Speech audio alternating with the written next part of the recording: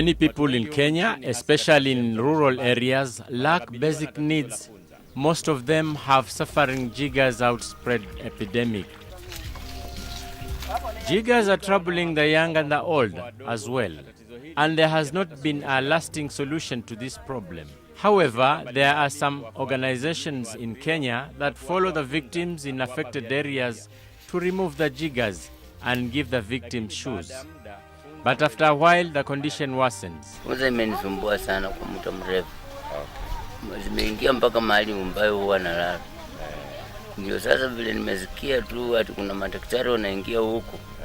Nikajaribu juu chini nikaomba mandugu zangu pikipiki wakanileta ili pia nitibiwe. These are the outskirts of Chwele village in Bungoma County, where Rise Up Society, which has its headquarters in Bungoma town, have arrived to assist jigger victims, led by its director, Nduruchi.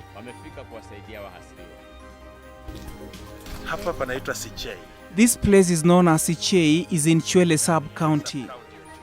In today's event, how many victims are you hoping to treat?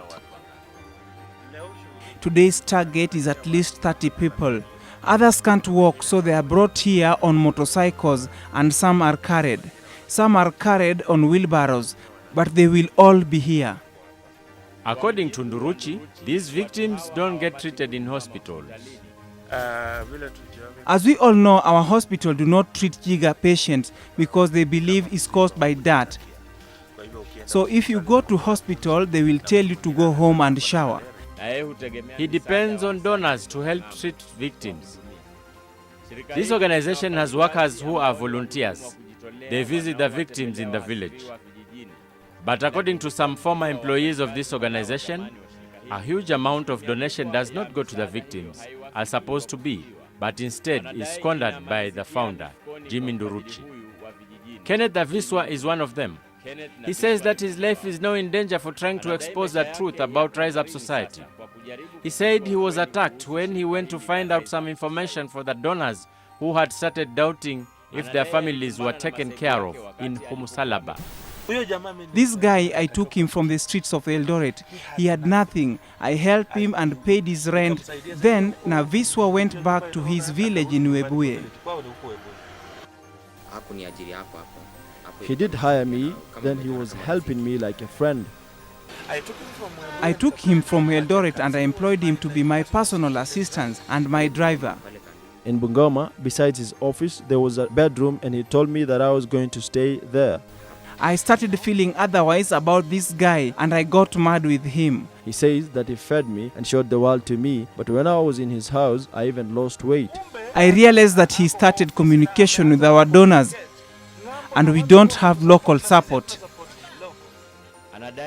He says he has been communicating with the donors via emails and phone. When he called me to the organization, he claims that I was his driver, but he did not hire me to work as his driver. He called me to work as a communicator. I answered his emails from the donors abroad. If you ask a woman like one you are seeing here and tell her, you know that he has been given 2 million, people will believe. You saw me with a camera. Poor people will see I'm using them to get funds. He helped people, but he doesn't do what the donors sent money for. I read in his email that we are supposed to do a certain activity which we never did on time. For me to walk on these crutches, I was sent by a donor to take Mama Tina and her grandchildren. We left with a woman called Mary in Mkhusalaba. I showed her the email that was sent to me saying that Jim had eaten their $1,000. We left, and as we entered the road, we were attacked. Jim came out and said, "So it's Ken. I want him dead." Viswa says he was with a friend, Kenneth Wekesa wa Mukota. It was 9th, Friday. Now Viswa told me I take him to Mama Tina, a place called Humusalaba. He took me as a friend, but also there was a plan to work together in future. He had the meeting. Me and the driver were aside. He finished his meeting, but when we were going out, we saw Mary, the lady who looks after Mama Tina. She had stood next to the road where also there was a parked car along the road. Naviswa came out of the car. We had parked the car near police station gate. so we moved the car away from the gate we had blocked. In a minute, he was attacked and came running to the car, opened the car door. I tried to come out to find what was going on, but I was also attacked by a stick on my hand, my leg, and on my knee. He was using a Maasai stick, and I was being attacked by a huge guy. I had not recognized who he was and why he was attacking me. As we were near the police station, I ran for refuge to police, shouting, "We are being attacked." Then the attacker came and said, "Put this boy cuffs." I was not given time to speak. I was cuffed and taken behind bars. And Rebecca Muhatia, who was also an employee at Rise Up Society. We were living at her place, coming to Mkusalaba. Also in attendance was Mary, an area chief. As we entered the car, Jim Nduruchi attacked us with his group, also surrounded our car and started hitting us. I was not attacked by anyone else but Jim Nduruchi, the person who was my employer. If I say I was beaten by someone else, then I would be lying. The incident was confirmed by the officer at Mkusalaba police station in Vihiga through a report made by Jimmy Nduruchi, who claimed that unknown people were attacked by members of the public. All of a sudden, motor vehicle registration 3033, handwriting ya Jama, stopped behind them, and then again came in front, and the occupants who were on the boat, the boat 4, one or go in, alighted and speed to where they had parked the vehicle. So their intention were stopped after one and Jim and this worker met noticed that they were not good people. Members of public intervened, and the 3 of them managed to escape, leaving behind one of them. Rise Up Society leader had something to say about his former workers whose intentions, as he says, is to take away his donors. There are people who've been sponsoring. Then Naviswa tell them, I was given more money to build their house with 60 iron sheet, but we bought 14 iron sheet, and speculation and lies that enemies do. He claims that he did not fire them, but they left. About firing them, I did not. They left on their own when they got information from abroad that they are the ones speculating lies. For Mary Goretti, as you saw the signboard about our SACCO, we have taken Mary Goretti to court. She has squandered money that is not mine. People shares about 2.1 million shillings. Our lawyer took a letter. The case is in court. According to former general manager of the organization, Mary Goretti Wanjala from Bengelwa village in Bungoma, I started working in 2012 when we met, and I was just a cook in Rise Up. I was cooking for them. There were those who were educated and are the ones who did file work. Jim trained me to go and tell people that Rise Up is a society by white people who are coming to help people, even me. He gave me my donor picture. That donor will help me out of poverty, but ever since, I have never had any help from a donor. All the people who are given pictures of their donors, no one has been helped. He formed SACCO, which came after the society. We were going to people and teach them to start saving. They were to start saving small, since Rise Up was a small NGO starting from 50, 100 and above, and you could get a loan thrice of the savings to Rise Up SACCO, which is impossible to get. Just a few that was given. Jimmy started the SACCO to help victims, but now he claims that Mary Goretti disappeared with money from contributors. When money was flowing in, I got many promotion because I convinced many people who saved a lot. One time he collected 100,000, he picked it from my house. And thus I was taken to his office, and I have my records where it was signed. Other cash we sent him through his mobile phone, M-Pesa. There was no bank account for the savings they took.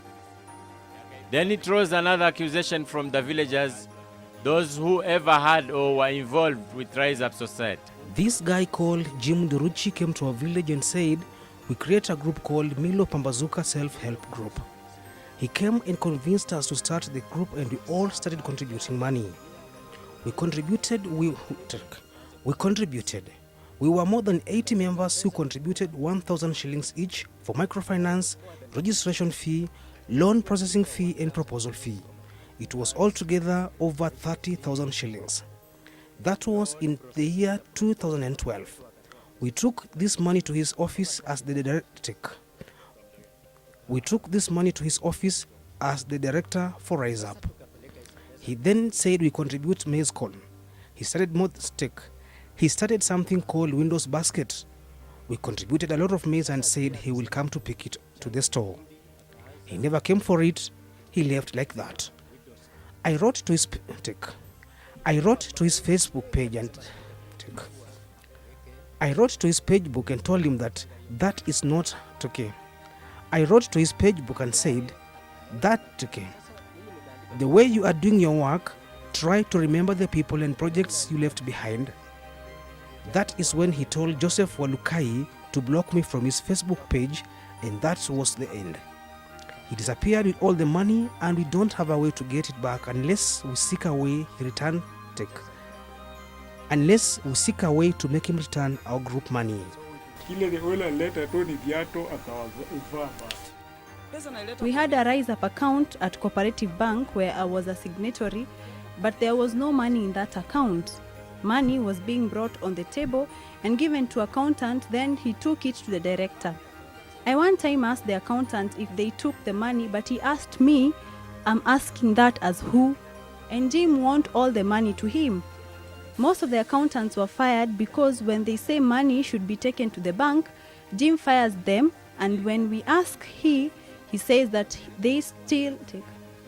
Most of the accountants were fired because when they say money should be taken to the bank, Jim fires them. And when he asks, he says that they steal from him. Everyone that gets out of Rise Up is labeled a thief. Rebecca. After that, our life is in danger because on Saturday, he came to my home, he did not find me. He asked the kids, they told him I left and they don't know where. He told the kids he will be back. Since then, he hasn't come back, but he is calling and saying he wants to do me an act that I have never seen in my life. In a general meeting, first thing he asked me is, Mary Goretti, say where is the money? And I answered him, you have all the money we gave you. I did not fear or doubt because that was the truth. Rise Up Circle money is with you, Jim. People have done crazy things to bring down this society, and it was a nice society that could have helped people, but people are just bad.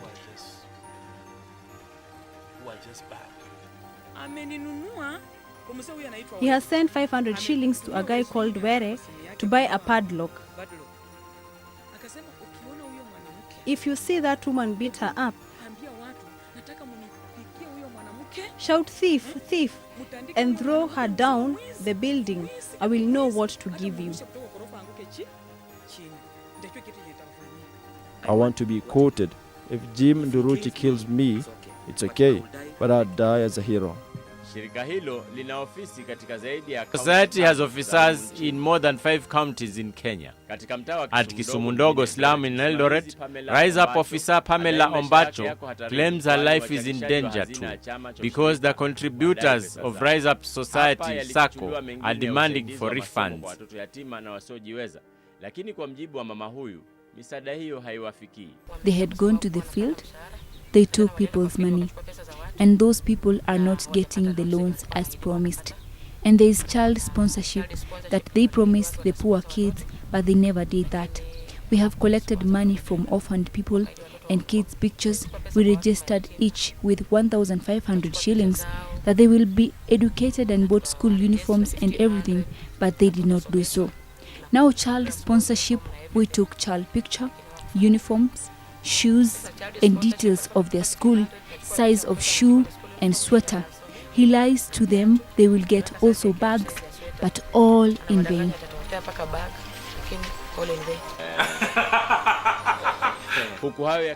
All as this happens, Jimmy says he has given his life to help Jiga victims.